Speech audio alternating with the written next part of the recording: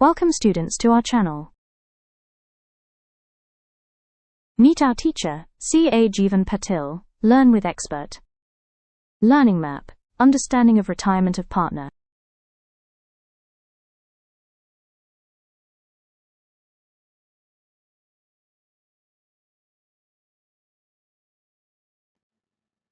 तो चलो आज हम देखते हैं कि रिटायरमेंट ऑफ पार्टनर होता क्या है। सबसे पहले देखना होता कि पार्टनर में रिटायर, तो पार्टनर रिटायर क्यों होगा भाई, उसके पीछे कुछ रीजंस है। तो पहला वाला रीजन आता है by giving notice to the remaining partners in the case of partnership at will. Partnership at will का मतलब होता है कि जो खुद से मतलब वॉलेंटरी होती है। विल मतलब कि मेरी इच्छा है कि भाई जितने दिन तक मैं रहना चाहता हूँ उतने दिन तक मैं बाद में नोटिस दे दूंगा और वहां से मैं रिटायर हो जाऊंगा। फिर बाद में आता है in accordings with the agreement by the partners. Partners के साथ एग्रीमेंट है कि आप 4 साल तक यहाँ पे रहना है, 4 साल के बाद आपको रिटायर होना है, मतलब होना ही है, तो according with the agreement by the partner. फिर आता है क्या with the consent of all partner, मतलब आपको रिटायर भी होना है ना तो सबकी परमिशन लगेगी, बिना परमिशन के आप जा ही नहीं सकते यहां से। तो पार्टनर यहां पे लिखा है मे रिटायर, मतलब ऐसे पार्टनर रिटायर हो सकता है। तो एक काम करते हैं, विल टेक एक एग्जाम्पल की जिससे आपको समझ में आ गया।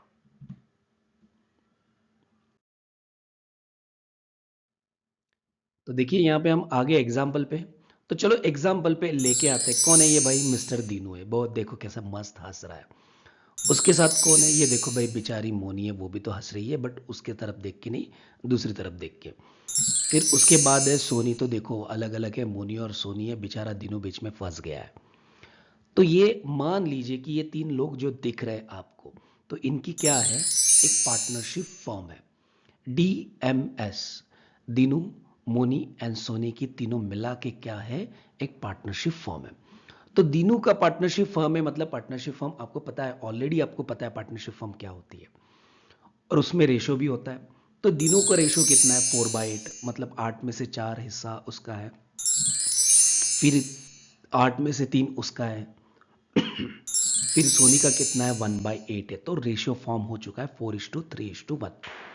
बट अभी प्रॉब्लम क्या हो गया ना, ये दोनों बहुत, मोनी और सोनी बहुत डेंजर लगती है, बेचारे दिनों को कुछ रहने नहीं देती है। तो दिनों कहता है कि मुझे भाई रिटायर होना है, तो वैसे भी मोनी और सोनी राजी है, कंसेंट ऑफ ऑल पार्टनर हो चुका है। दिनों देखो अभी गायब हो जाता है, दिनों बेचारा गायब हो गया, मतलब क्या हो गया, रिटायर हो गया।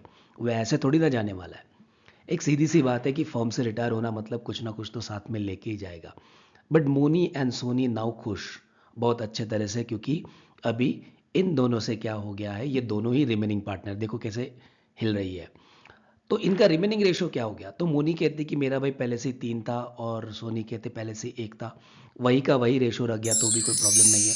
तो new ratio will be 3:1। So the new ratio will be the 3:1। तो यहां पे मैंने आपको सिर्फ ये बताया कि भाई पार्टनरशिप फर्म होती है, उसमें से किसको रिटायर होना है तो हो सकते, बट सारे पार्टनर्स की परमिशन यहां पे जरूर लगती है। तो एग्जैक्टली इस टॉपिक में हमें करना क्या है, कि क्या कवर करना है एग्जैक्टली इस टॉपिक में, तो चलो आगे देखते हैं।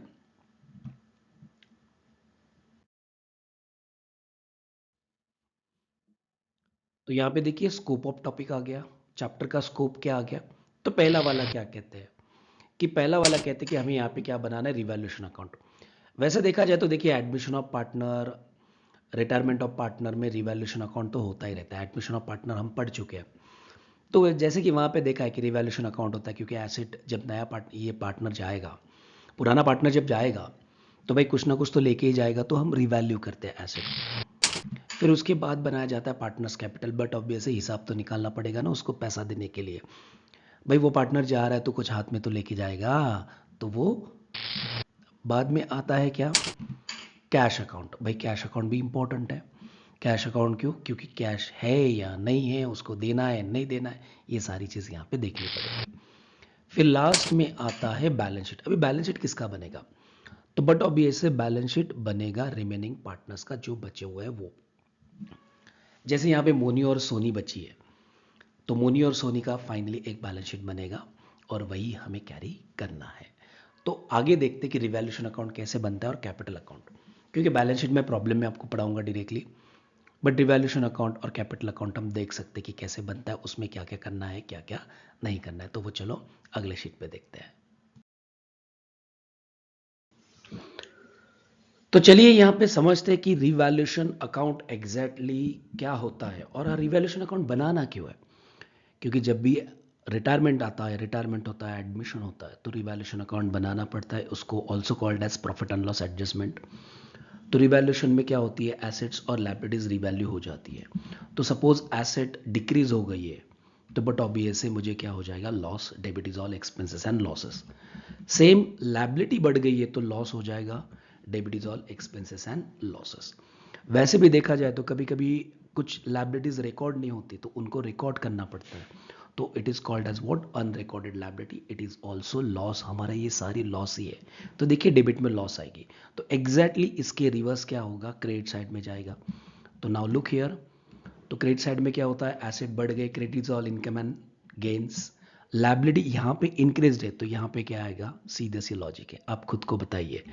Liability decrease, income. यहाँ पे अनरिकॉर्डेड लायबिलिटी है तो यहाँ पे अनरिकॉर्डेड एसेट्स है, जो एसेट रिकॉर्ड नहीं हुई थी वो रिकॉर्ड करना है, तो बट ऑब्वियस है मुझे क्या करना पड़ेगा, उसको प्रॉफिट में दिखाना पड़ेगा। तो अभी यही होता है इसमें रिवैल्यूएशन में। बट अभी क्या होता है ना, या तो रिवैल्यूएशन की डेबिट साइड बड़ी होगी या तो credit. So suppose debit side greater than credit हो गया तो मुझे यहाँ पे बनेगा डायरेक्टली लॉस, और क्रेडिट साइड बड़ी रहेगी तो मुझे यहाँ पे बनेगा प्रॉफिट। तो मान लीजिए कि यहाँ पे हमारे यहाँ पे इस प्रॉब्लम में मैं देखता हूँ कि कौन सी साइड बड़ी है, क्रेडिट। तो I will take the total of credit side. So फिर मैं यहाँ पे वही टोटल डेबिट में लिखता हूँ। देखिए मैं क्या बता रहा हूँ, दोनों में से तो एक साइड बड़ी होगी, तो मैंने यहाँ पे अज्यूम किया कि क्रेडिट साइड बड़ी है, वही मैं यहाँ पे लिखता हूँ। और याद रखना है क्रेडिट साइड बड़ा हो गया तो प्रॉफिट हो जाएगा। ये किसको डिस्ट्रीब्यूट होगा, तो ये डिस्ट्रीब्यूट करने के लिए हमें यहाँ पे किसको जाना पड़ेगा, पार्टनर्स कैपिटल को। तो पार्टनर्स कैपिटल कौन सा, सबको, जो भी अपने पार्टनर्स है। तो इसमें दीनू, मोनी और सोनी पार्टनर्स है। तो क्या करते हैं यहाँ पे, इस फिगर से ये ऊपर वाली सारी फिगर्स क्या करते हैं, डिडक्ट करते हैं, तो यहाँ पे एक बैलेंस आएगा। इस बैलेंस को तीन पार्टनर में डिस्ट्रीब्यूट करना है according to their profit sharing ratio. याद रखना है डिस्ट्रीब्यूट करना है कौन से रेशो में, प्रॉफिट शेयरिंग रेशो। तो ये देखिए मैंने तीनों को बांट दिया है।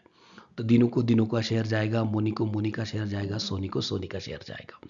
वैसे ही सपोज डेबिट साइड बड़ी होती है तो डेबिट की टोटल लीजिए पहले, फिर क्रेडिट पे लिखिए, क्रेडिट की सारी फिगर माइनस कीजिए, और सेम थिंग यहाँ पे क्या करना है, लॉस भी हमें प्रॉफिट शेयरिंग रेशो में बांटना है। तो प्रॉफिट होगा तो लॉस होगा तो जाएगा कहाँ पे, तो बट ऑब्वियसली इंपैक्ट इसका कैपिटल अकाउंट में ही जाएगा। तो ये होता है रिवैल्यूएशन अकाउंट। अगले शीट में विल सी कैपिटल अकाउंट कैसे होता है। सो यहाँ पे देखिए फिर कैपिटल अकाउंट आएगा। कैपिटल अकाउंट में भी वैसे ही है, सिर्फ कैपिटल के बैलेंसेस जो पहले से ही प्रॉब्लम में होते हैं वो हमें यहाँ पे लिखना है। तो डेबिट साइड, क्रेडिट साइड और कॉलमनरी फॉर्म है दिनू, मोनी एंड सोनी। तो इसमें पहले आएगा बाय बैलेंस ब्रॉट डाउन, तो पहले उनके बैलेंसेस लिखेंगे। और at the time of retirement जो भी कुछ रिजर्व्स है, रिजर्व फंड है, जो ओल्ड फंड है, तो ये तीनों को बांटना पड़ेगा क्योंकि रिटायरमेंट के पहले से ही है वो। तो इन तीनों को बांटने पड़ेंगे in their profit sharing ratio. तो प्रॉफिट शेयरिंग रेशो में हम सारी ये विल डिस्ट्रीब्यूट इट, मतलब रिजर्व फंड जो भी रहेगा वो, ऐसा नहीं है कि वो प्रॉब्लम में आएगा ही करके, बट इफ देयर इज, तो हम इनको डिस्ट्रीब्यूट कर सकते हैं, general reserve as well as reserve fund. फिर उसके बाद आता है कि जो पार्टनर रिटायर होने वाला है उसको क्या। तो पार्टनर रिटायर होने वाला है तो उसके लिए गुडविल रेज करते हैं हम। तो गुडविल रेज करने की एंट्री होती है, बट यहाँ पे टेक्निकली याद रख लीजिए कि हमें गुडविल देना है उनको। तो किसको देना है, तो रेज करते वक्त सबको रेज करेंगे हम, या तो सिर्फ रिटायरमेंट पार्टनर, जो रिटायरिंग पार्टनर होता है उसी को दिया जाता है। बट यहाँ पे गुडविल रेज किया होगा तो वो ओल्ड प्रॉफिट शेयरिंग रेशो में रेज होता है, जैसे कि सोनी मोनी का जो ओल्ड रेशो था, दिनू, मोनी और सोनी का, उसके अकॉर्डिंग हम गुडविल क्या करने वाले हैं, रेज करने वाले हैं। तो गुडविल रेज के लिए मैं यहाँ पे देखिए आई चेंज द कलर। तो ये गुडविल रेज किया, तो जैसे गुडविल रेज किया तो गुडविल हमें राइट ऑफ भी करना पड़ेगा क्योंकि गुडविल रखते नहीं है नॉर्मली, बैलेंस शीट में दिखता नहीं, ज़्यादातर 12 स्टैंडर्ड में दिख जाता है। तो यहाँ पे देखिए गुडविल राइट ऑफ किया। तो देखिए रेज करते वक्त तीनों भी थे, राइट ऑफ करते वक्त सिर्फ दो ही लोग हैं, मोनी और सोनी। जो बचेंगे वही, मतलब जो कंटिन्यू पार्टनरशिप हम कर रहे हैं उन्हीं के लिए वो डिस्ट्रीब्यूट होगा, मतलब राइट ऑफ होगा, उनके कैपिटल से रिमूव हो जाएगा। अभी आप सोचोगे कि सर ऐसा क्यों करना है, तो देखिए जब प्रैक्टिकल प्रॉब्लम आता है तब आपको समझेगा कि क्या होता है। क्योंकि बांटते वक्त हम तीनों में बांट रहे हैं और निकालते वक्त हम दोनों में निकाल रहे हैं सेम अमाउंट ऑफ गुडविल। तो ऑटोमेटिकली जब दीनू रिटायर होगा तो उसका शेयर उसको डेफिनेटली गुडविल का मिल जाएगा। एक बार ये होने के बाद देखिए पिछले सीट में हमने क्या किया था कि रिवैल्यूएशन अकाउंट बनाया था। तो रिवैल्यूएशन का प्रॉफिट हो या लॉस हो, जब प्रॉफिट होता है तो पार्टनर्स कैपिटल के क्रेडिट में आता है, तो देखिए रिवैल्यूएशन प्रॉफिट।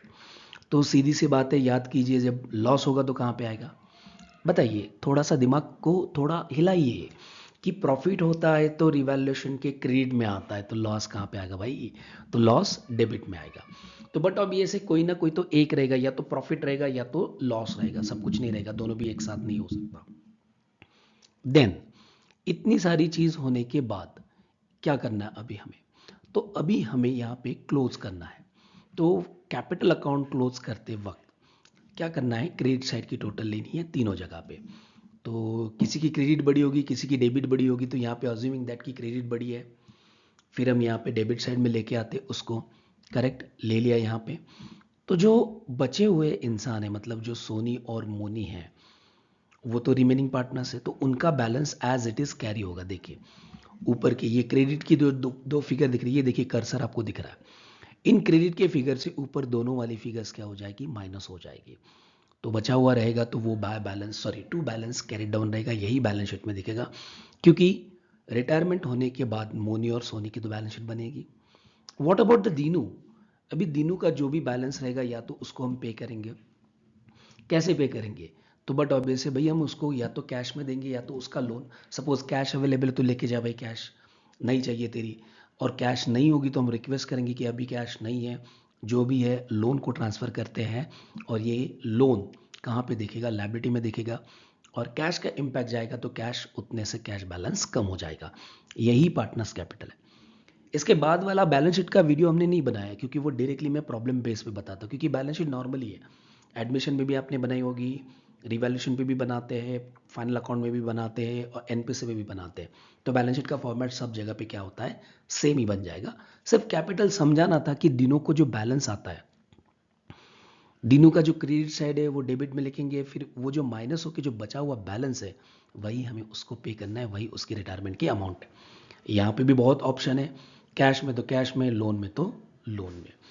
तो चलो आगे देखते हैं कि दिनों के लिए क्या क्या ऑप्शंस अवेलेबल है कि भाई ये बैलेंस है वो कैसे लेके जाएगा। सो पिछले साइड में हमने रिवैल्यूएशन अकाउंट कैसे होता है, पार्टनर्स कैपिटल अकाउंट कैसे कैलकुलेट करना है, और रिटायरिंग पार्टनर को कितना बैलेंस देना है, वो सारा हमने कैपिटल अकाउंट में देख लिया। बट अभी वो कैपिटल अकाउंट आपको क्या देता है कि हाँ भाई एग्जैक्टली पैसा कितना देना है, बट पैसा देने के लिए मतलब जो रिटर्न करने वाले हम कैपिटल, भाई उसके लिए तो पैसा लगेगा। तो पेमेंट करने के लिए वी हैव वो ऑप्शंस। तो देखो बेचारा दिनों आपसे पैसा मांग रहा है, दिनों कहता है कि जो भी आप मेरा कैपिटल दिखता है वो मुझे पैसा दो। तो फर्म के पास क्या ऑप्शन है, तो फर्म के पास पहला ऑप्शन है क्या है, पूरा कैश में देते हैं आपको। दिनों हंस रहा है बेचारा, चलो कैश में मिल रहा है, okay dance way he will dance, क्योंकि कैश में पैसा मिल रहा है। तो क्या होता है ना, इमीडिएटली कैश है तो फर्म कैश में इमीडिएटली दे देगा। सपोज कैश नहीं है तो ट्रांसफर टू लोन, दिनों को कहेंगे भाई अभी कैश नहीं है, थोड़े दिन के बाद ले ले, तब तक हम आपको लोन ट्रीट करते हैं, उसके ऊपर हम इंटरेस्ट भी देंगे। तो फुल्ली कैश, तो फुल्ली कैश दीजिए, कैश भी नहीं है तो फुल्ली लोन को ट्रांसफर कीजिए, बट आधा आधा भी हो सकता है। तो देखिए, तो मतलब पार्टली इन कैश, मतलब थोड़ा बहुत पैसा पड़ा हुआ है तो कैश में दीजिए, और बचा हुआ लोन को ट्रांसफर कीजिए। मतलब ऐसा भी हो सकता है कि आधा या 60 या 40%, 60% इन कैश, 40% इन लोन वगैरह वगैरह, ऐसी सारी चीज़ों में हो सकती है। मतलब they are the three options, fully in cash, fully in loan, और आधा इन कैश आधा इन लोन। तो आधा आधा मतलब जैसे प्रॉब्लम बताएगा वैसे दिनों को हमें पैसा देना है। जब लोन करोगी, लोन की बात आएगी तो लोन बट ऑब्वियस है आपके लायबिलिटी में ज़रूर दिखेगा। जो सोनी और मोनी की जो बैलेंस शीट है उसमें ज़रूर आपको लोन का अमाउंट दिखेगा।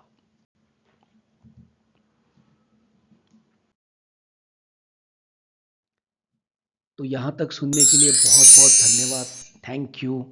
और चैनल को जितना हो सके उतना आप प्रमोट कीजिए, जितना हो सके उतना शेयर कीजिए। Thanks a lot.